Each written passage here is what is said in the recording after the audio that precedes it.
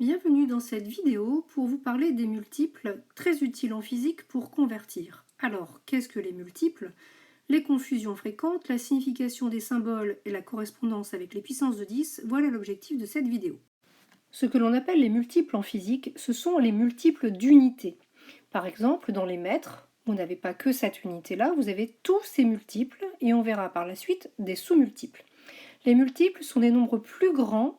Par exemple, les kilomètres sont des nombres plus grands que les mètres et sont bien un facteur multiplicatif du mètre initial. Et c'est ça qu'il va falloir apprendre pour convertir correctement.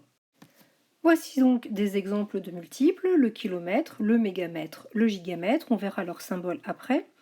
Pour passer de mètre à kilomètre, par combien faut-il multiplier? Je vous rappelle les multiples. Il y a un rapport de 1000, soit 10 puissance 3. Pour les mégamètres, on a un rapport d'1 million, soit 10 puissance 6. Et pour les derniers, on a un rapport de 10 puissance 9. Retenez donc d'ores et déjà que le symbole K pour kilo représente une puissance de 10 puissance 3, que méga est symbolisé par un grand M majuscule et représente une valeur de 10 puissance 6, et que le symbole grand G pour giga représente une puissance de 10 puissance 9. On en arrive d'ailleurs à notre premier point de l'ordre du jour, les confusions.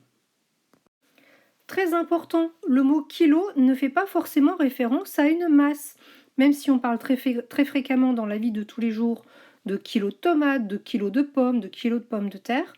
C'est sous-entendu effectivement une masse, mais kilo n'a rien à voir avec la masse. Et attention du coup à ça, kilo signifie 1000.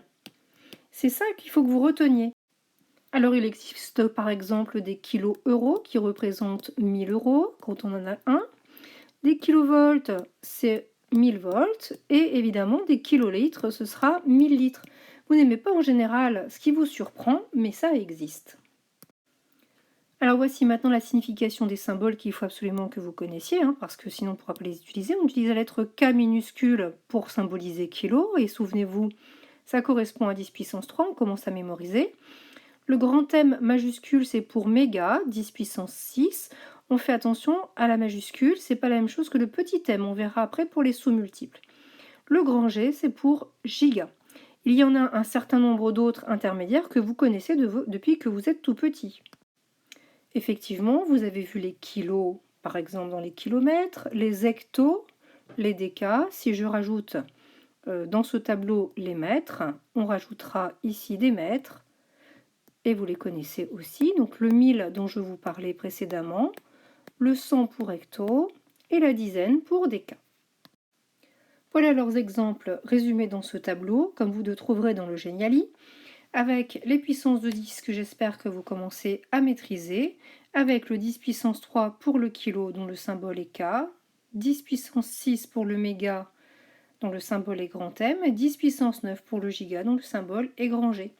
Voici des exemples qui vous montrent que les kilos ne sont pas réservés au gramme, puisqu'ici ils sont associés au mètre et qu'ils signifient 1000.